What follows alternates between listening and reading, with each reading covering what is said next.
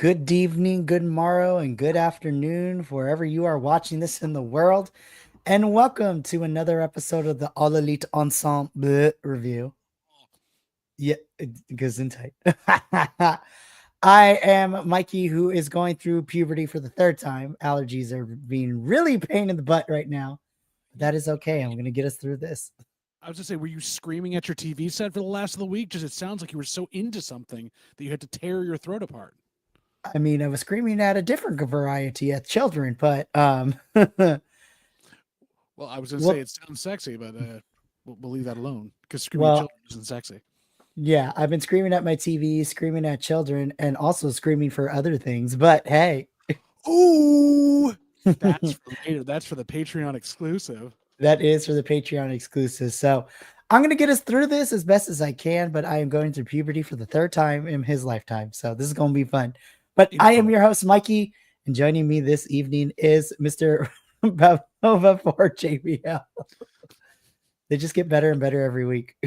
Do I spend a week thinking of different names I could have? Do I have a list right here? So if I forget, yes. Yes. I enjoy the punnage, and I thank Jesse for that. Jesse handed that to me, and I'm running with it. I love it.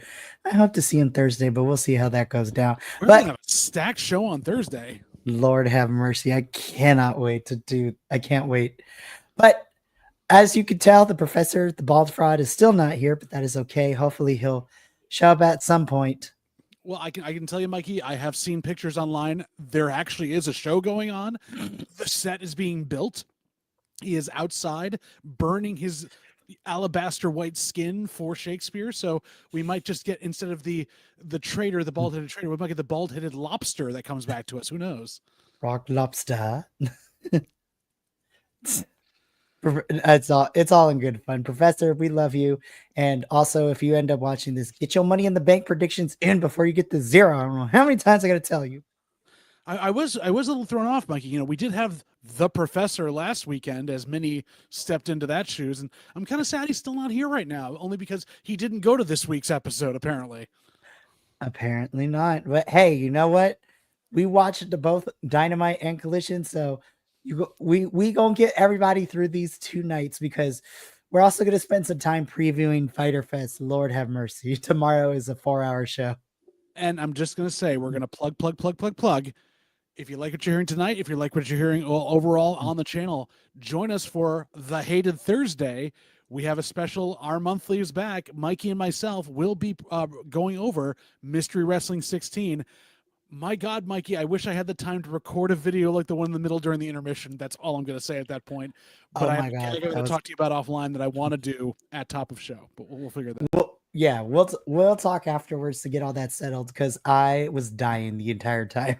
That is a tease for all you BC WrestlePod fam out there. Watch us on Thursday. And if you haven't gotten a chance to, right now, I think yesterday was the last day, but they've extended it for 2 more days.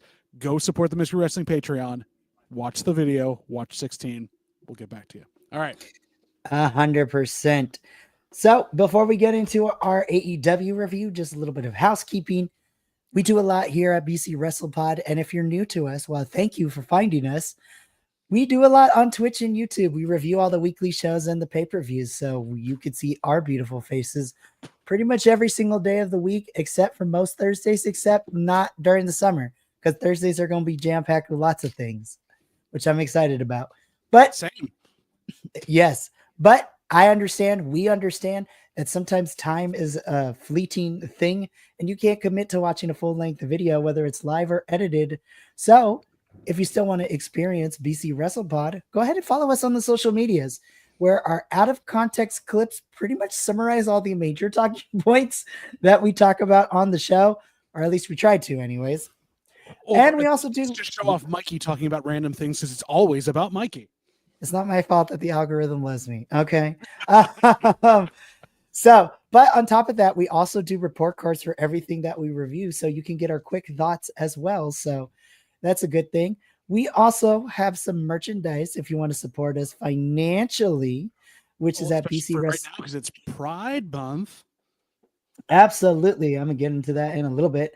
But you can follow it. You could get our merch at bcwrestlepod /fourthwall.com. So we use the Fourth Wall site, which is great.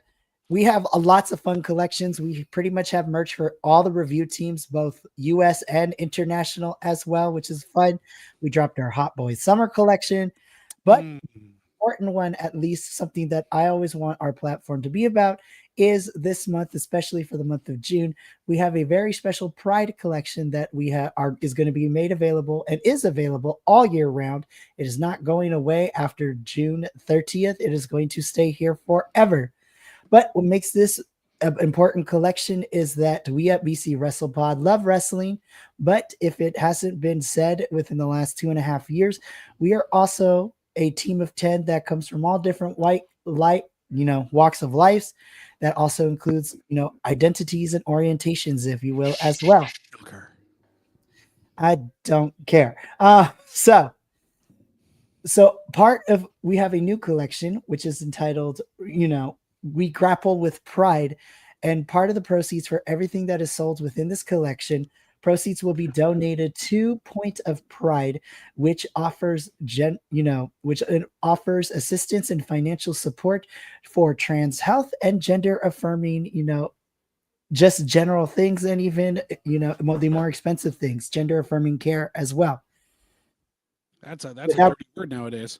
Yes, and honestly, I know that the internet and the algorithm will probably not like the things that I'm saying, but in the 2.5 years that we've done BC WrestlePod, it has been my mission, and thankfully the rest of the hosts here of our little family of 10, that we use this platform to be an advocate for marginalized communities, whether it be persons of colors or, other marginalizing communities, including the LGBTQIA2 plus community. Because I also want to make sure we include our two-spirited folks, especially now that we have a lot more of those coming out, especially in the Native American population as well. So that is a thing.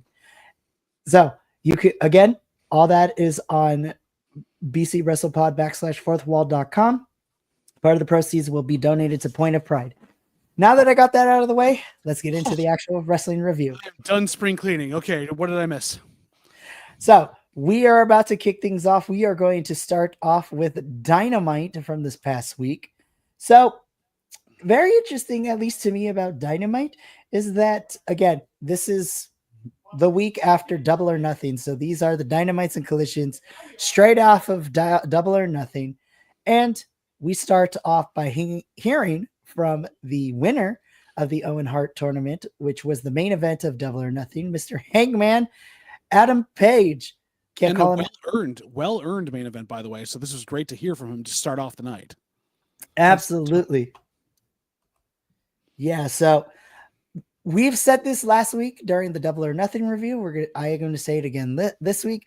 The redemption arc is slowly but surely getting to where, hopefully, at all y'all in Texas, we're going to see this man be our new AEW World Champion. But who knows? AEW likes to have different plans. But Hangman, begins the promo. He gives Tony Schiavone the Owen Hart belt back immediately, and he wants to focus and talk about what, the appreciation from the fans and everybody that he's finally finding himself again. But before he could get further into that, Swerve Strickland comes out, and Swerve does not believe the hype. He's just like, you're getting this opportunity at y'all in. It's kind of very funny that I also had said opportunity at Dynasty, but I could have taken your opportunity if I wanted to, but I didn't, because, basically I was doing Anarchy in the Arena. Right. So Swerve wants answers from Hangman. So we play the clip that was months ago after Dynasty, basically with the Young Bucks talking about why they did what they did, and they did it. I did it for the Hangman. I did it for the Hangman. For the Hangman. And he's like, we'll do the Young Bucks did not help Hangman's Page. It's like, we will do anything for Hangman. You're our friend. We love you. Swerve's like, all right, listen here. I need you to answer me, and answer me honestly. Did you cost me my championship match at Dynasty? And Hangman, on the redemptive arc, but also not quite losing his aggro Page persona, is like, listen here, dumbass. If I really wanted to, I would have, but I didn't. Well, and he can't lose that aggro, especially with Swerve in the ring. There's no way he can drop that act. Nope. But this Which is I'm glad just he does it. this is beautiful that he can say it. But Mikey, I don't want to preempt you here. The storytelling here is amazing because Swerve wasn't going to listen no matter what he heard from Hangman, except for one thing that he did. Yeah. So I love this. Again, you talk about the storytelling, and that's exactly what characters like Swerve do. Is like he already made up his mind. He doesn't want to hear anything else. He wants Hangman to say, "Yeah, I costed it," because he doesn't have a plan, and he doesn't want to believe anything else. Because Yeah, Swerve is Swerve so. can't. Yeah, Sorry. go ahead. No, go ahead. Swerve can't stand to be losing out and not be in this picture and have lost his opportunity, and it eats him up inside, so much inside that he needs to find a scapegoat because he's not fully enough strong enough to admit I wasn't good enough at the moment. That's all I had. Sorry. No, you're all good. So these two have a continuous stare down, but then the Peacekeeper ends up coming out in Will Ospreay. So Will Ospreay is playing mediator between the two. He starts with Swerve, He starts with Swerve, telling him that, look, you could tell about a man when you get into the ring with him. And after wrestling Hangman at Double or Nothing, I could tell that he is a man with good character. And I understand you have the right to be mad, but he did not do it. And basically, he wants Hangman and Swerve to get along because Swerve couldn't do it. Will Ospreay thought he was the guy, but after Double or Nothing, Hangman has to be the one to right the wrong, is what Will Ospreay used, and take that AEW World Championship back from Jon Moxley and the Death Riders. But until then, Will tries to convince these two that there is better in working together than working against each other. But these two hate each other so much that they will not work together. And so Will is going to have to figure out how to navigate this. It's not even that. Swerve outright says, I will never, ever work alongside Hangman Page. Not, and like has set down that ultimatum, which Mikey, you and I sitting here with Booker hats going, okay, we've set that kind of hurdle. Things are going to happen. To quote Cultaholic on this, we're getting our Avengers Assemble moment at, Y'all In. Do we see that for when they get to it finally? That's when Swerve appears like Black Panther or like Batman or like anybody else in the back where he just shows up to like turn the tide, basically.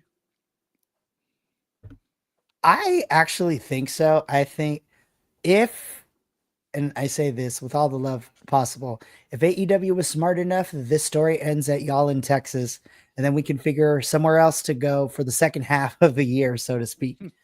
But that's the reset for them. Yeah, it's a nice reset. But again, AEW has proven that sometimes it's not always the case, and they continue to tell these story. My only concern is if Hangman's not the one who walks away as champion at Y'all In, there's literally the only other person left is currently recuperating from, that could possibly do it, is recuperating from his trek up Mount Everest. And I love Darbs, I do, but there is so much more potential with Hangman right now that I feel that Hangman kind of has to be the one right now to win. They need to ease Darby back in. I'm sorry. Like, they just can't put him right in the title picture when he gets back, especially because he'll have goodwill and everything else like that, but he needs to like get a couple warm-up matches back under his belt because he's been out for quite a while. 100%. And I feel that Darby would do good to have a standalone feud to get him back into all of this before setting him in any of the title pictures, honestly. So, but it's going to be interesting to see how Will is going to have to navigate between these two, because he respects Hangman. Him and Swerve and Will are very close friends in wrestling and outside of wrestling. So Will is literally caught between a rock and a hard place. On top of the fact that he's also going to walk that line of like, yeah, he respects Hangman. He can still feel terrible that he didn't beat him. And if Hangman doesn't take this opportunity, Will is going to be pissed. Oh, 100%. So there's a lot of way to start the day. This was a lot to take in right after we had just a giant pay-per-view, but a great way to get us right on track. Like, we know where the story's going, and now stakes have been set. This is storytelling. Exactly. So we leave this openings part of Dynamite, and then we jump into our first match of the evening. This was a mixed trios match that saw the team of Speedball Mike Bailey, Willow Nightingale, and diversifying his portfolio, Mark Briscoe, taking on the team of Marina Shafir, who should be the real leader of the Death Riders, in my opinion. Oh, yeah. And her backups of John Moxley and the psychopath Gabe Kidd. You gotta love it. You have to enjoy it. This was a fun match. I mean, that's really all I can really say about this. Because Willow and Mark and the faces won at Anarchy of the Arena, I figured that Death Riders and Gabe were going to win here. And to nobody's surprise, they did. Well, yeah. I mean, it's not a surprise there. There was still some good stuff here, but it was kind of like the hangover match from the pay-per-view. And so basically, while they gave a lot of good stuff in here, and I mean, I want to see Willow and Marina fight all the time. Yes. It was like, okay, filler feud to start this kind of month off before we can get to Hangman like inserting himself somewhere, I'm assuming. Plus, we got to use Speedball and Mark on this, on our screens at some point. Yeah. I mean, I still had a lot of fun with this. Briscoe losing the match for his team by passing out which we'll talk about because in Collision, it set something up for Fighter Fest. And I'm like, did we really need this match? I don't know. We said the same thing about the stretcher match, and it wasn't terrible, but it wasn't like it could have not been on there and been okay. That's true. We'll talk about it when we get to Collision. But results of the first match, Death Riders plus Gabe Kidd end up winning. Gabe also has a crazy week ahead of him. Lord have mercy, him and Yota Tsuji are about to go to war for the IWGP Global Heavyweight at Dominion, which review in 2 weeks. Jesus Christ. Oh, man. Yeah, Bullet Club. There's so much going on. It's so much to take in. But for this match in general, it was a fun match. It was a good TV match. I think it was a fun way to start the night. I don't know whether or not we needed it, but let's keep things rolling. Absolutely. Before I go on, though, I do want to highlight something really quickly. Shout out to one of our newer followers who I've become loving his takes on the AEW over on the internet space in Benny the Bear, who is a bear in the community. And yeah, yes, hi, Benny. We here at OVC WrestlePod also wish you a happy Pride, my friend. His takes on AEW are a lot of fun to read and commenting sometimes. I like Benny because he I don't want to get pronouns wrong here, but they vibe with the same thing. They're just like critiquing it, but having a good time with it. And Benny, if you want to drop your pronouns down in the comments there, we can definitely make sure Mike and I get them correctly. Yes, please. We finish up with the mixed trios match. I'm happy to see intergender matches. Can we? I am too. Yeah, honestly. Also, I'm still waiting for Willow and Marina to fight one-on-one because that match would be bonkers. So good. But we move on from this. I love the set of titles. I had to include this. We're going to talk about the segment, but this is a meme and I love it. Love it so much. So, Trevor the Vampire. Trevor the Vampire. Yes, very much so. Oh my God. So he and friends and also wrestling is silly. Yes, we love silly wrestling, which you should tune in Thursday to watch us review great silly comedy wrestling. Comedy wrestling is wrestling, and that is we review Mystery Wrestling 16. So Benny, we better see you there on Thursday because we have a lot to go over. Oh, don't we? Yes. But we're talking about AEW right now. As we look at back to Trevor the Vampire here. He basically talks about Ricochet talks about how in order to get further in AEW, he should probably look into, getting some people. I'm like, the crew is right there. That is my first thought. I was like, put the crew with Ricochet. I'm actually here for that. It gives the crew something to do outside of just being in these random matches and continuing to fight with Top Flight for no reason. So here's my question on that, because it'd be funny to see him like working with the crew and like all those disparate heel personas coming together. But I feel like with the way Ricochet is, we need to have him with some heavies, Not that he can't do a lot of the heavy stuff himself, but having him flanked by two big guys would be the funniest thing in the world, because then he's like, he still thinks he's better than them. He beats them up as he goes along, but they really do a lot of his dirty work for him, which would be great. Instead of two little like Wheatley henchmen. Unless I'm completely off base with this. Again, I'm just saying this is probably where Crew goes in, but who knows? Ricochet might end up getting some heavies. As much as I would hate it for them, I actually would not mind Gates of Agony being the heavies for Ricochet. But because they're more leaning towards being a face right now, I kind of don't want that for them. Mm-hmm. So we shall see what happens with all of that, though. We'll see. We will see. We shall see. Harley Cameron, you are a trooper. She is. And you know what? I'm loving her more and more as we go along. Like I'm so happy that she's a part of this, and that things are going so well, and that she continues to have time to play. Oh, absolutely. So we get a no DQ tag team match between, TNA of Anna Jay and Harley Cameron taking on Megan Bang and Penelope Ford. I love the matching ring gear between these two teams, especially Megan and P Ford. I'm like, yes, give me Valkyrie, Goddess. I love it. They're finally leaning into it, especially on Penelope's side, where I love that they're finally making them cohesive. I just, as much as I want to keep seeing this team fight each other because it's just hysterical, there needs to be someone getting in the middle of them that they both can like go after for a second there, because it seems like we've done the same. We're just ramping up each match as we're going along, and like, where can they go from here at this point? It's very true. Now, I'm not one to always, listen to the rumblings of the internet wrestling community, the IWC, and the news reports. As much as I would love to see women's tag team, I don't think we need championships right now. No. But no, because we already have too many between AEW and ROH. We don't need tag team championships. But if you want to have something like a miniature tag, literally give us a Dusty Classic, but then there has to be some sort of big reward or something. Yeah. Because we can definitely work that there.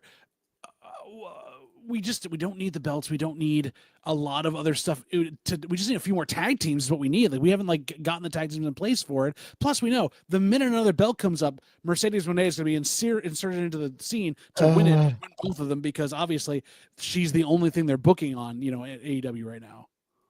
Which, yeah, we'll talk about that as we get through it. But this is a great match. But I told you so by who won the Owen Cup. Yeah. Megan and Penelope win here. Harley Cameron is a trooper because that looked very nasty when she came up with all the blood on her face. Blood. So hopefully she's okay. I haven't heard anything where she's out indefinitely, but she probably is going to need to take a couple weeks off. But I love you. This was a really fun one. Yes, we loved it dearly.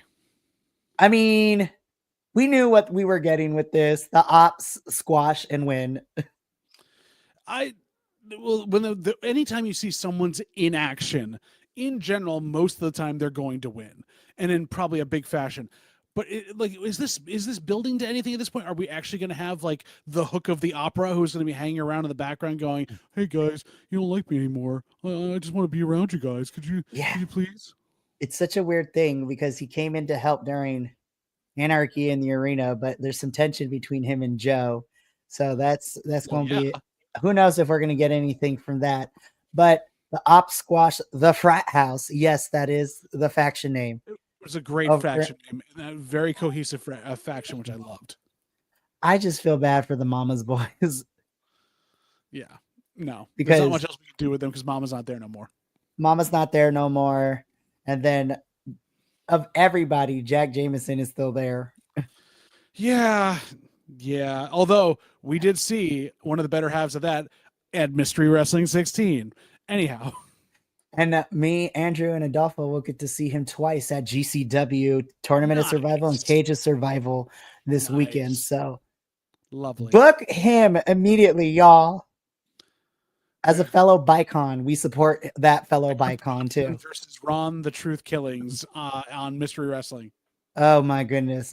The world would implode, but more on that on Thursday, because right now We got the debut. Well, so okay, I don't want to run over Jamie Hayter because Jamie Hayter, Someone else did.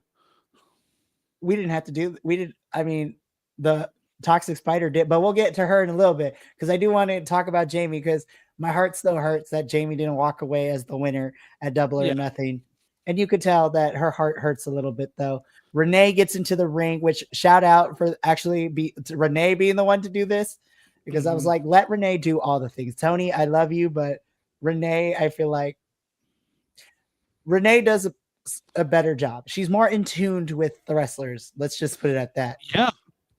Especially like she's been interviewing all of them a lot more lately throughout this tournament. So of course we want to have Renee in there when something happens in the women's division. So Renee asked Jamie, you got very close. You made it to the finals, but you couldn't get the job done. So where do you go from here? And how are you feeling about the whole thing? Jamie kind of begins more of a somber tone. She really wanted to win, but she didn't, but that's okay.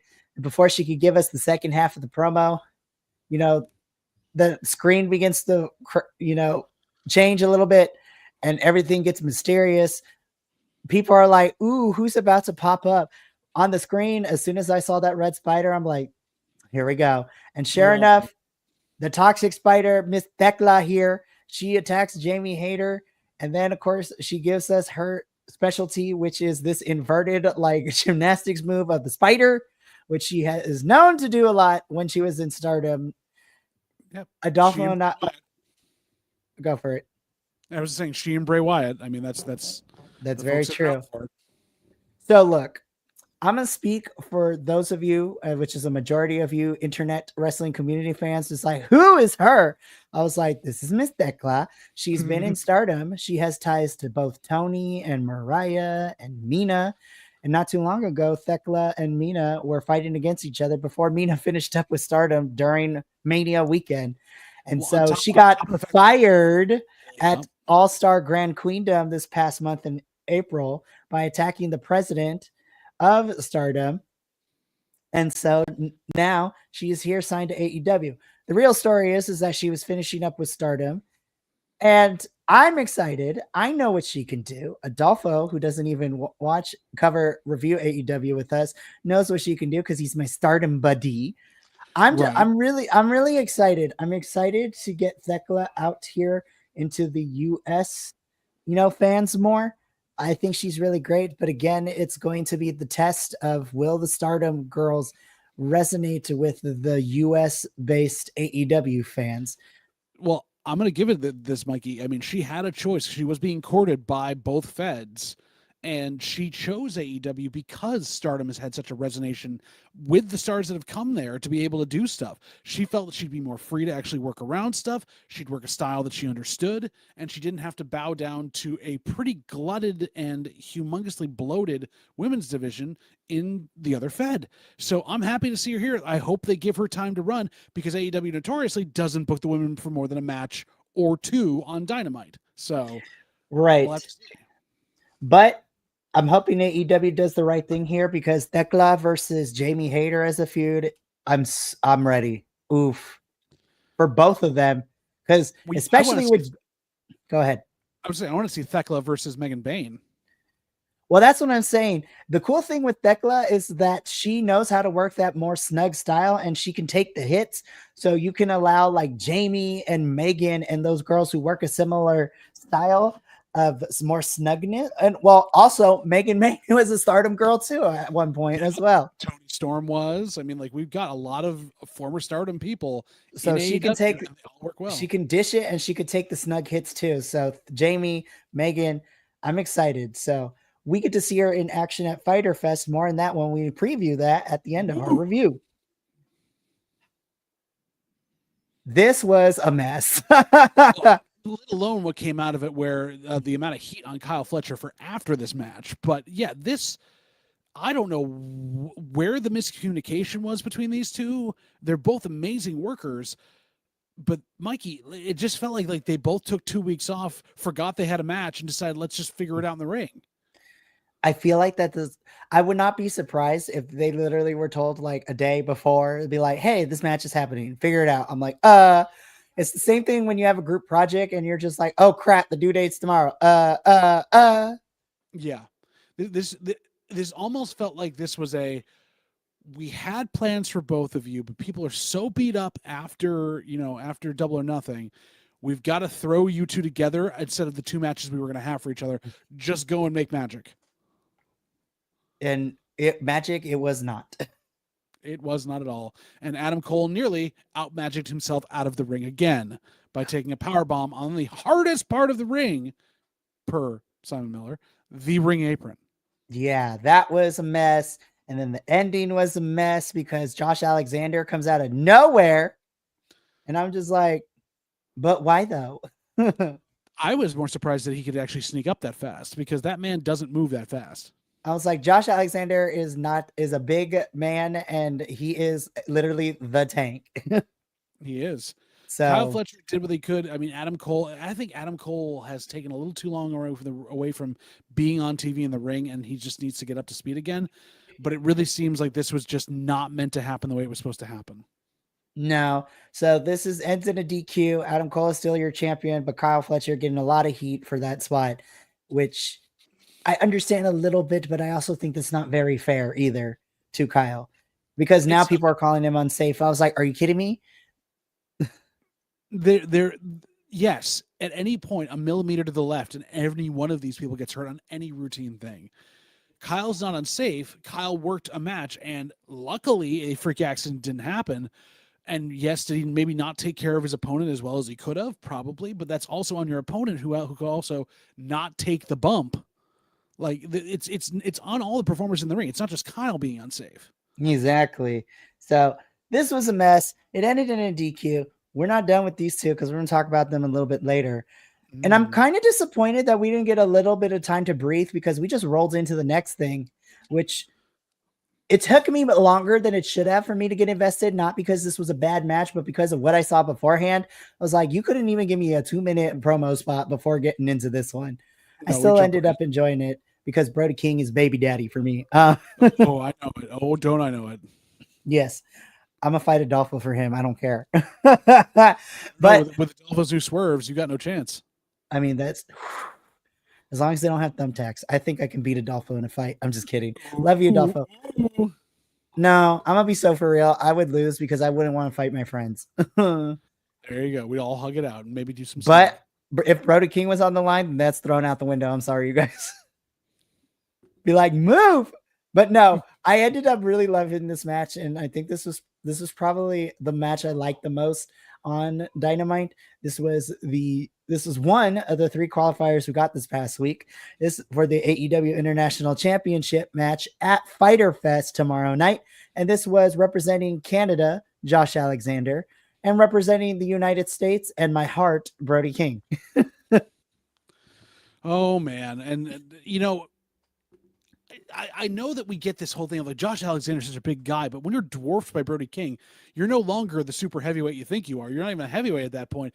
So this wasn't the meat on meat I thought I would get from this match. It was a lot more measured, but overall, these two worked each other over extremely hard and earned every inch that they got from each other. Oh, absolutely. I love this one for what it gave us. And also, in my opinion, the right person won for this one. Brody King does beat Josh Alexander, and Brody is moving on to Fyter Fest in that 4-way for that belt that Kenny Omega is holding. Oh, man. Oh, Kenny Omega, it's the international title. Oh, you're right. It is international. It's not the Continental Classic. Correct. That is Okada, who we're going to talk about him at Collision because we're still trying to figure out what we're going to do with him. Right. I mean, we all know we're waiting until Kenny and Okada at freaking Y'all in Texas, but we got to give Okada something to do before then. Go, bro, send him to Mexico because Grand Slam Mexico is happening, which, by the way, AEW, I feel like you should start announcing those matches pretty soon because that Grand Slam Mexico is literally like 2 weeks away. I have no idea where we're going to get to with this. They stacked these too close, and I feel like all the matches are running together where they're announcing all these things. They have no time left over because they had to get to Double or Nothing. So Well, let me also put this in perspective too from the CMLL side. So JVL gets to see a peek behind the Lucha I Libre love curtain for it. us Love it. because, and I will talk to you and Professor about this, but AEW is going to be busy that whole entire week because the night before on Tuesday, you're getting CMLL versus AEW and ROH, which is going to be, CMLL's show. Then Wednesday is Grand Slam Mexico. And then you're getting some of the AEW stars are going to be sticking around for Friday because that is going to be CMLL's Fantastica Mania Mexico, which is the joint show that includes CMLL, New Japan, Rev Pro, AEW, ROH. So we have the Fantastica Mania and the AEW versus ROH and AEW show on Tuesday because CMLL has already made those, finalized those matches and gave it to us 3 weeks ago. Right. AEW still is probably trying to figure out who can and cannot go to Mexico right now. At this point, the getting any visas is tough enough as it is, but like getting people back as well. And then you've got all the furor coming from the other side. It's like, how are they going to make this work? Right. And then, of course, balancing out who going to win, who not going to win. But that is for future us here at All Elite Ensemble and Los Lobos de la Lucha because we're going to have a Worlds Collide of our own because we're going to have the two teams team up for the Grand Slam Mexico review. Shocker. I am the Will Ospreay in this situation because I'm going to be the middleman and play mediator between the AEW crew and the CMLL crew. So it's going to be JBL, the professor representing AEW, and the CMLL is going to be Papo Oso and El Buntador del Segundo representing CMLL. I'm gonna. I will be. It's going to be one of those things where I'm in a tag team and my partner doesn't show up. I will tag team with you, JBL. I don't trust you. You're the middleman and the mediator. I won't turn on you. Wink, wink, nudge, nudge. You know what I'm saying? Wait a minute. But we weren't quite done with. Well, I mean, we weren't quite done with Dynamite because these two continued to fight between Kyle Fletcher and Adam Cole afterwards. People are like, "Oh, Kyle's turning face," and I'm like, "Oh God, I hope not." No, not yet. Not yet. But Kyle is upset. It's like, I didn't need the help. I don't know where the miscommunication was. And before you can finish this thought, Adam Cole comes in and they fight backstage. Oh my God. So we're probably getting around 2 in some capacity. So we're going to wait to see when that is. But at some point, surprisingly, this is what ended Dynamite for this past week. Yeah. I was like, there should be like a match or 2 more. And there wasn't. No, because this is what ended Dynamite this past week. Mercedes Moné and Toni Storm coming face to face. In this promo, between the two of them, they both acknowledged their previous wrestling experience in other companies, both US-based and international based. I'm still really scared. I do not want Mercedes to beat Toni. No, I don't either. And I know I'm in the minority here. Benny, chime in here. Am I the weird one here who just doesn't think this is the money match that should have happened? That it's going to be a bit of a stinker in a way that basically not for work rate, not for anything else, but just in general, like it seems like these two just don't know how to be in the ring together. They're barely getting on the mic. I just don't know. I don't feel this the way I could have seen Jamie Hayter playing out, but I know they want the eyeballs on it. Benny, if you still watching us, please let us know in the comments, or if you watch this later down the line too. Also, feel free to message us on the social media since we friends, because we definitely want your take. Because I am in the other camp where I am kind of Mercedes is growing on me a little bit. I still don't want her to be the one to beat Toni. Now, I feel like I would be more inclined if she wasn't holding like 3 other championship belts right now, then I would be a little more inclined. But because she's holding all of these other promotions belts, and she's facing off against the champion for the AEW women's division in that title at Y'all in Texas, I'm really worried that they're going to give it to her. But that's the problem. I don't want her to become double champ because double champions do not work out. I don't care what anyone says.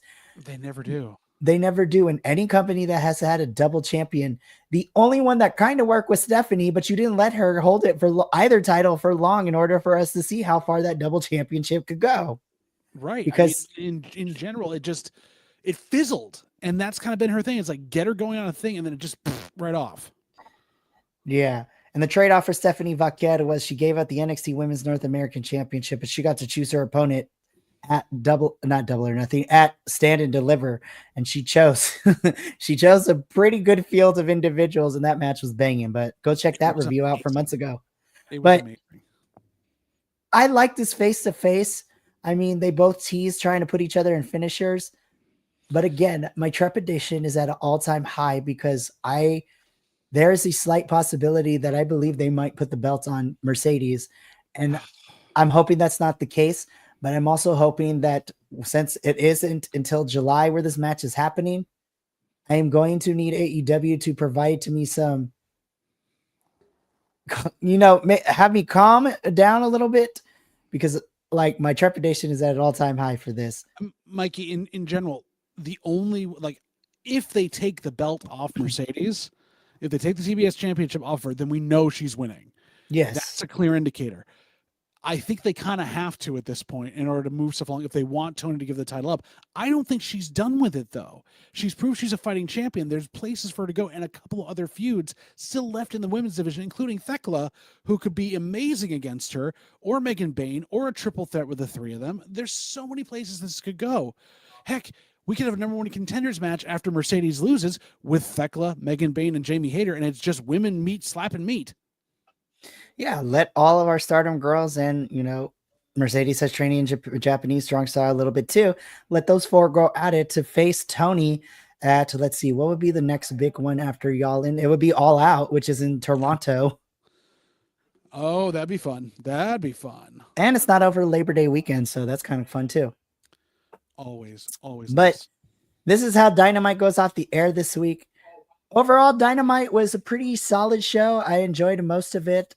But again, it's like the post hangover from Double or Nothing.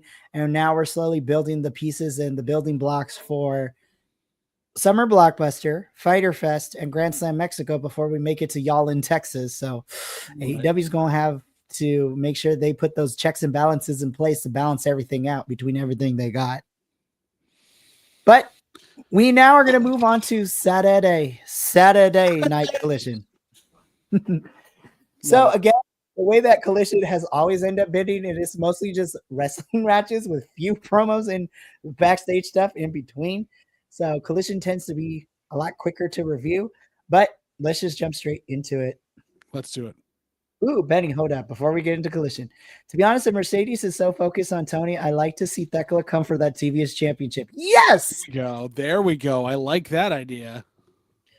That would be such a great way to get Thekla up the card a little bit faster with the TBS championship. And honestly, Thekla versus Megan would kind of be a slap feud. I'm not going to lie. Oh, it'd be amazing. I think really so good. But now let's get into Collision, and we kick things off with our second qualifying match for that Fatal 4-Way at Fyter Fest for Kenny Omega's International Championship.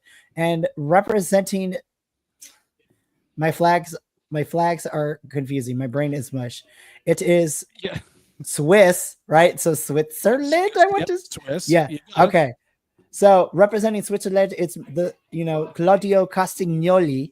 And representing Mexico, it is Commander. Yes, I will be pronouncing the Mexican names appropriately. Don't at me. No one's adding you. We're right there with you. So I have been such a big critiquer of Claudio within the last couple of months because I feel like he's been phoning it in a little bit. Dare I say, I actually really enjoyed this. And I felt like, you know what, Claudio? You get a little bit of a pass from me. This was a lot better than what I've seen you do for the last couple of months. I've still hated that Commander had to lose, but oh my God, yeah. But I mean, also weird that the Death Rider actually gets a win. That's so strange. And cleanly, might I add. I'm like, yeah, that shouldn't happen. Which is crazy. I was like, no shenanigans. How dare they? But this was a very solid match. Claudio Castagnoli will be moving on to Fyter Fest tomorrow evening. And Commander, I am excited though, because you will be present at almost all the shows for Grand Slam Mexico week. So we get to see you, and I'm excited. You and Hologram are going to kill it. I'm excited. Oh, they are going to be amazing. So next up, though, the boys are fighting because we get a little bit of a backstage after Dynamite. Renee asks Swerve, it's like, okay, so what do you think of Will? And it's like, bruv, please. Bruh. And then Will's like, dude, I'm just trying to be peacemaker here. No John Cena. But then they two get at it and they start fighting.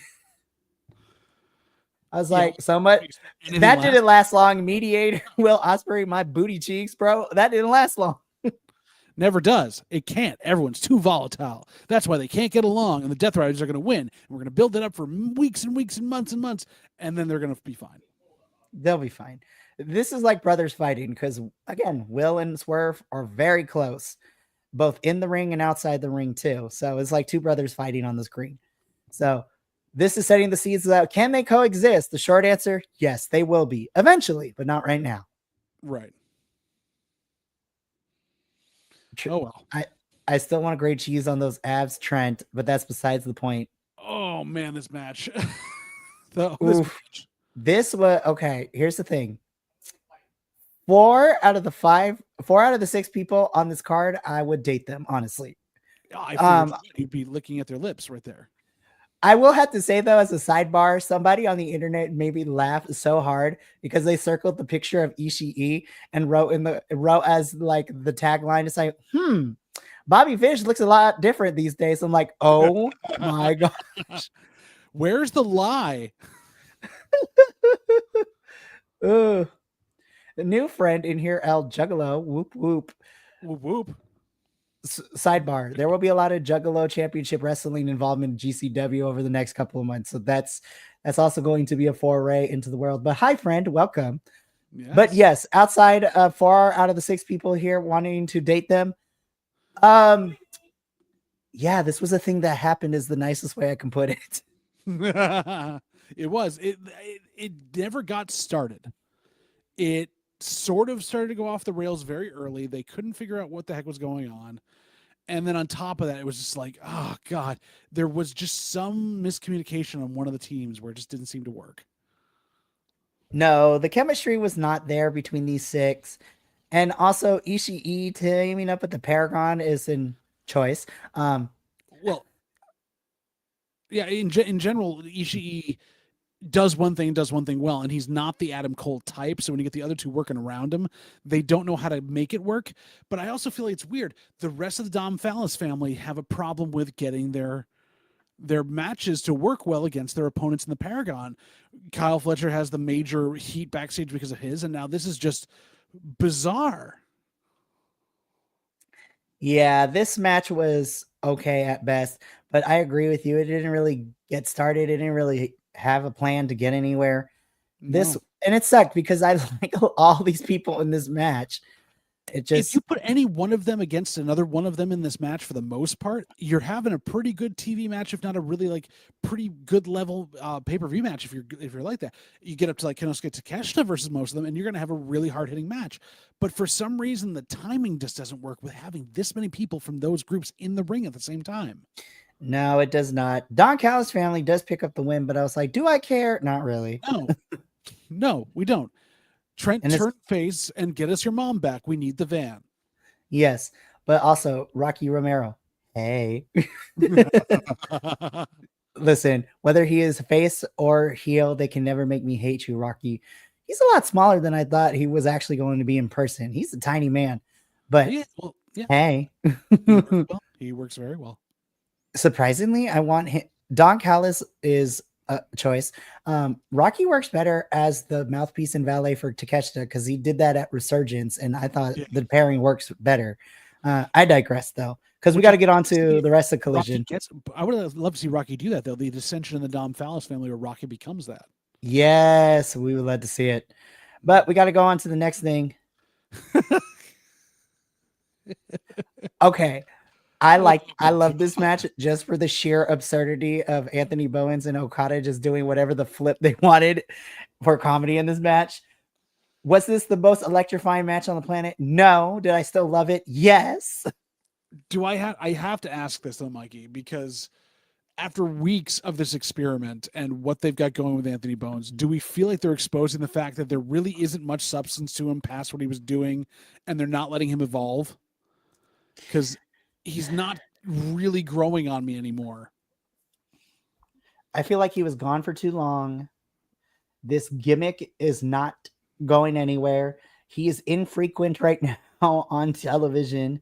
And I'm like, how's Max Caster getting more screen time than him? No idea. I don't know. No idea at all. I personally had fun, but Anthony Bowens is slowly falling down the card, and I don't dig that. I don't either, and I feel like they're going to stick him back with Max Caster to try to get something going there, which they could save each other, but then that's kind of you'll never trust them again. This is a hate crime in June of 2025. I'm just leaving it at that. It is. It fully is. It's a hate crime. In Pride Month of all places. I mean, come on. How dare they? Okay. Don't do it, Danny. Don't do it, Danny. Don't do it, Danny. Daniel, no. Damn, Daniel, don't do that. Damn, Daniel. Daniel's going to go. He's going to do it. You can't stop him. Man needs a paycheck. We move on. I have nothing. I hate this. I really do. That's all I can really say. I hate this. I hate this for Danny. I hate this for Daddy Magic. I hate this for the entirety of the momentum they had built up for a while. Why are they? I mean, oh God, with the FTR and then the pair, they're in such limbo, and this is how you think to get them out. It is what it is. We move on. I don't want to talk about this because it makes me sad. Don Fellas and the Dragon Tank. Oh, and we're up to these guys. Even better. So, okay, hold up. I'm holding. Yep, there it is. There it is. We're going to talk about some things. You cannot give me grief or crap about it because I'm going to give you my perspective. This is with some, we're far enough in. I'm dropping my one curse word for the show. This was some bullshit. The way that this was presented and the messaging behind it was some bullshit. And it made me angry at AEW for the rest of the remainder of the Saturday evening that I watched this. Oh my so, God. Yeah, no, this soured it so hard. Okay, so the first half, I was kind of on board because because they were focusing on Tony Schiavone and Nigel McGuinness. I was like, okay, we still got beef in. It is what it is. I will take that.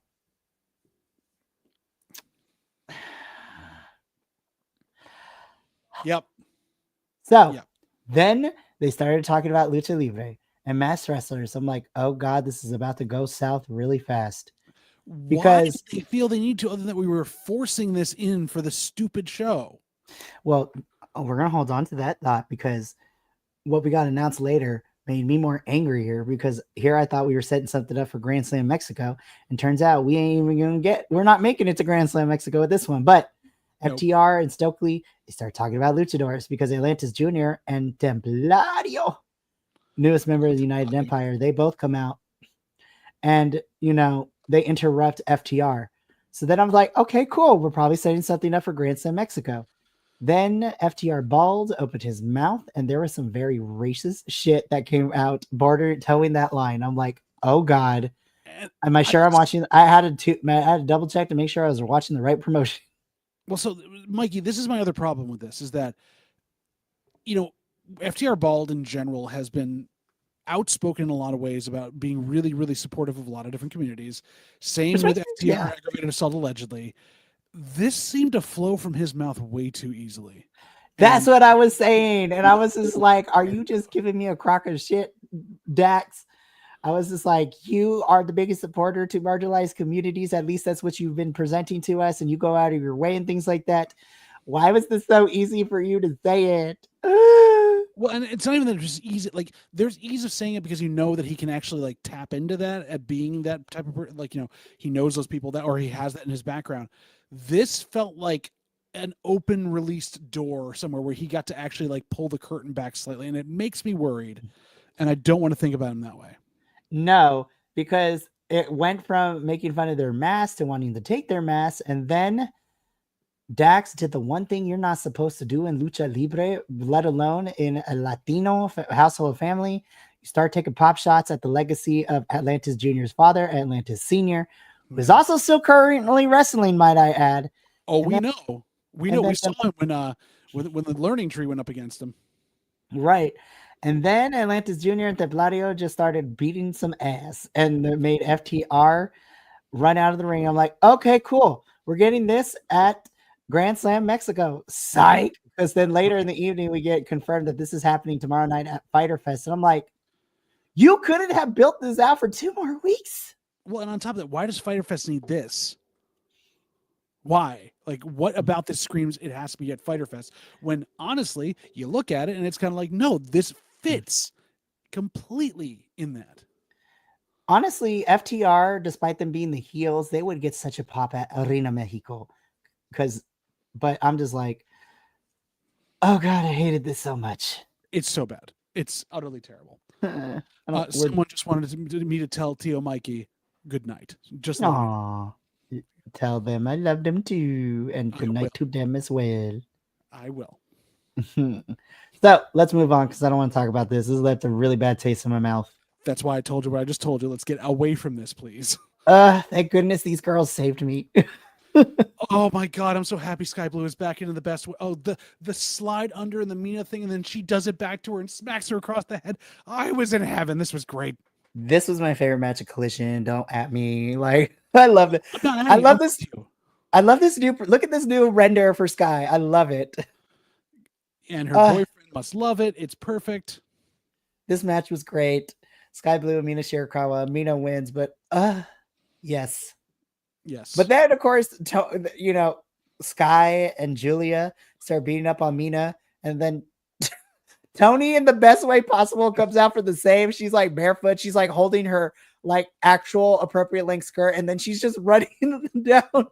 I'm just like, you can't go check out that run-in on the AEW so YouTube good. page.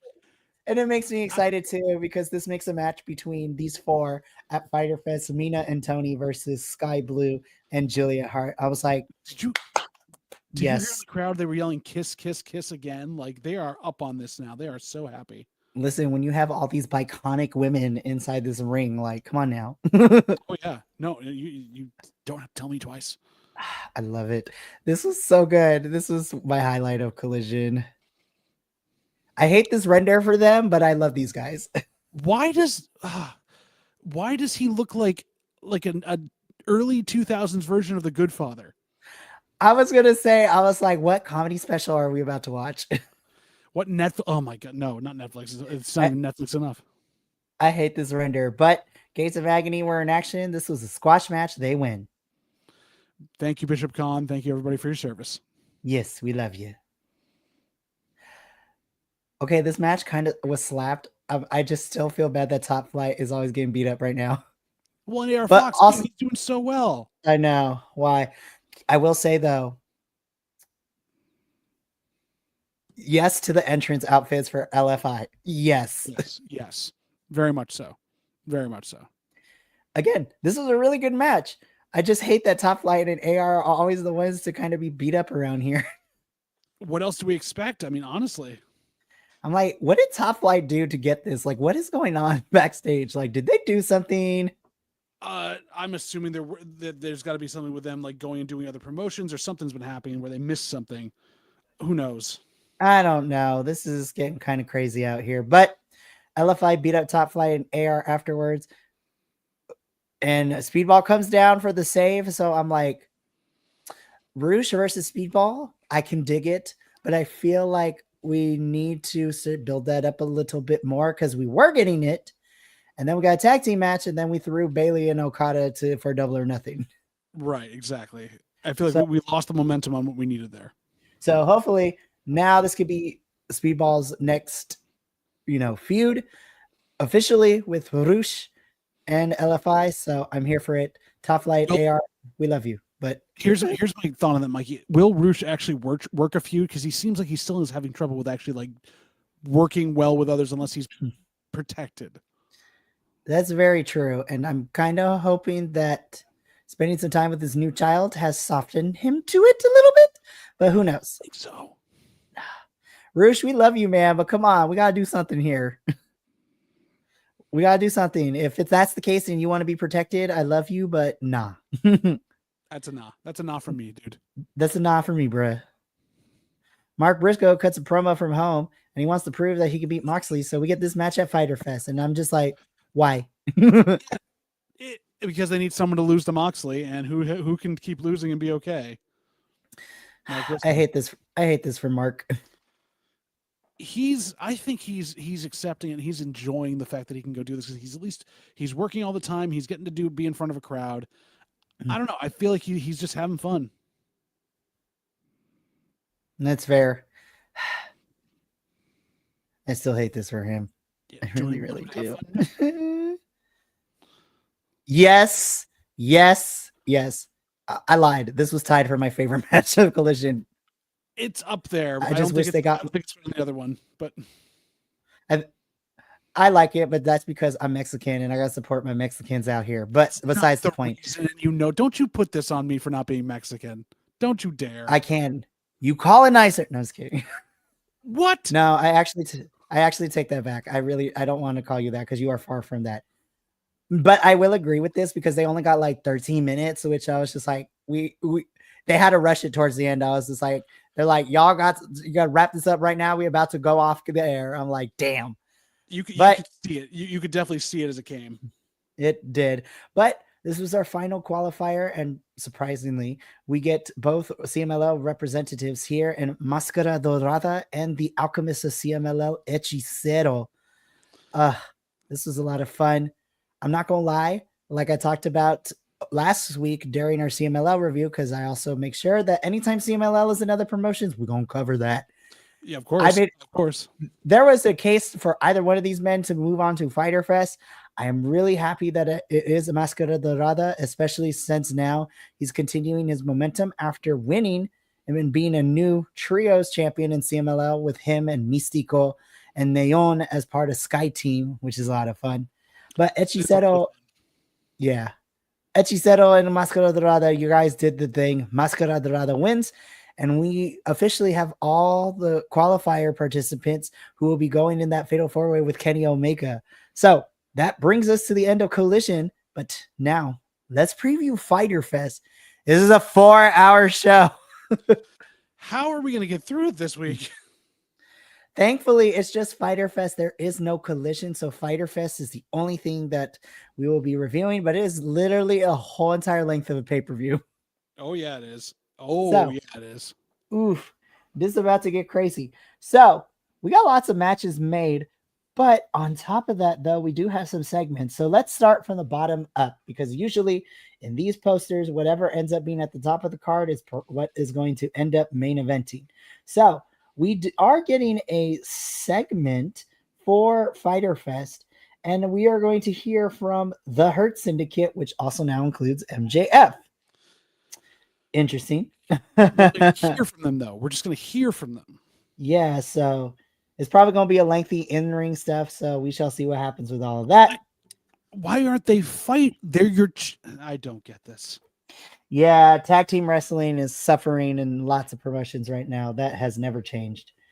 But we also are getting a trios match, which is seeing La Facción Ingornable. So this is LFI taking on the team of Commander, Speedball Mike Bailey, and returning from Japan after being away for the last 3 weeks because of the Best of the Super Junior tournament in Mr. Kevin Knight, the Jet. Which I'm glad to him and Nick Wayne are back. That was an amazing tournament, so this should be fun to have him back on our screens. It was so good. Check out our review from yesterday if you want to see all that goodness. It was good. I watched it. And on top of that, we are getting the in-ring debut of the Toxic Spider, Miss Thekla, over here. So I can't wait to see her. And, I'm excited. Hopefully, obviously, she's going to win. I really hope it's, as much as I hate it, I hope it's against a more established talent. They're probably going to pull somebody from ROH, which makes me sad, but it is what it is at this point. Ugh. But I'm excited. Hopefully we get to see a little bit of Jamie and Thekla interact at Fyter Fest because I want that feud so badly. Maybe she could. Then, in a match that should have been at Grand Slam Mexico, but we're getting it here instead, FTR versus Atlantis Jr. and Templario. I'm just sad because it screams FTR is going to win to me. Yeah, that's why I'm like, I don't know about this.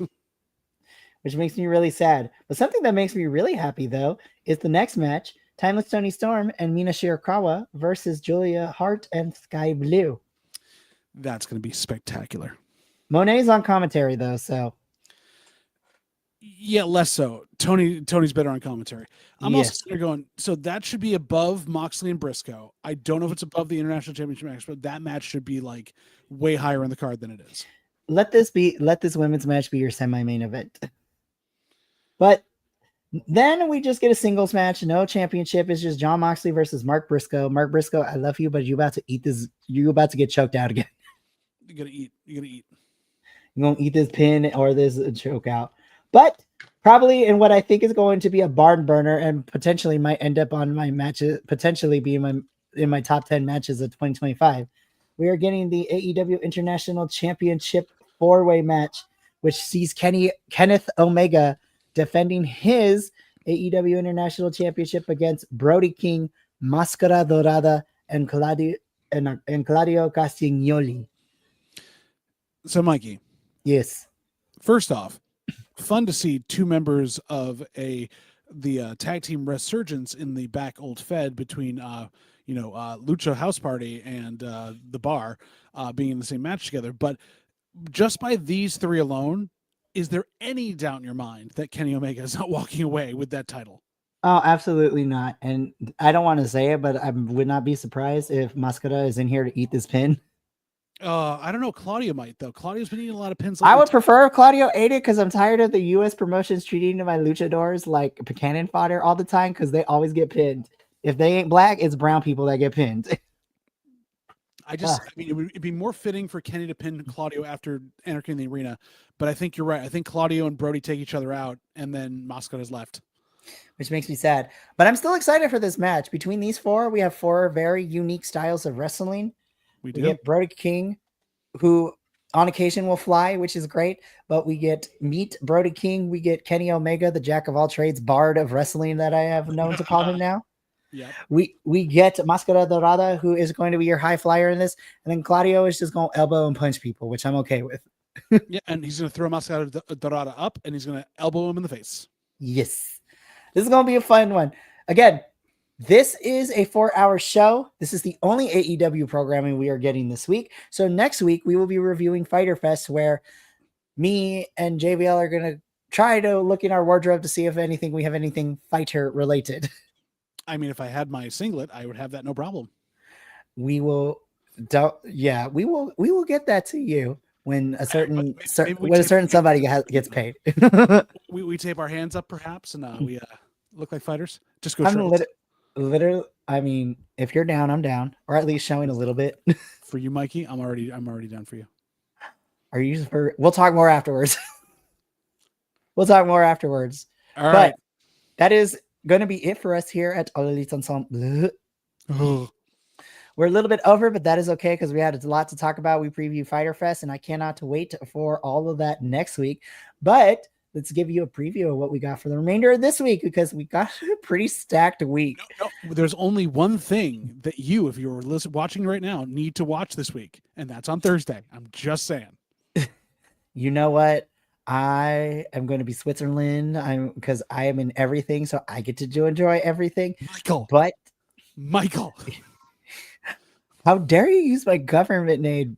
I don't even know if it's John or Jonathan. Promote the best show on your docket, the monthly spectacle that is Mystery Wrestling. I'm getting there, but there's other shows before that. Anyways, there's nothing else. So tomorrow evening on Wednesday, you get your double dose of reviews at 5:30 p.m. Pacific, 8:30 Eastern.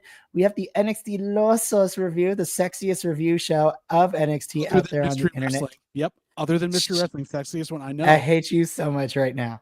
But unfortunately, for circumstances beyond my control, I will not be able to be there tomorrow night. But thankfully, Adolfo will be tagging in for me, and he and Will be holding down the fort for NXT as we are slowly building over to, we got a couple of folks who are going to be at Worlds Collide this upcoming weekend, so that's going to be fun.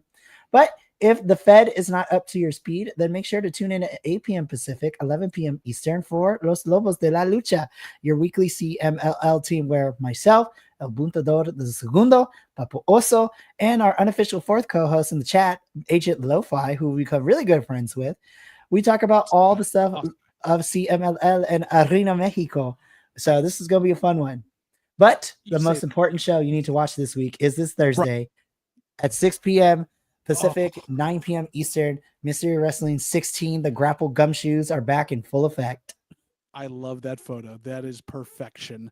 Come for the comedy. Come for the sideways looks. Also come for the fact that not one door was spared, but they're damn reinforced. Definitely. Oh man, I cannot wait to talk about it. Especially the ending. I was like, oh my god, we're actually getting plot developments. Like, this is crazy. It's growing. It's growing. The mystery keeps deepening. The plot thickens, as the kids say. So that's going to be Thursday. Make sure to tune in because I'm excited. And so is JVL. I'm just also excited that I get to be like co-hosting. I don't got to like lead. So it's going to be fun.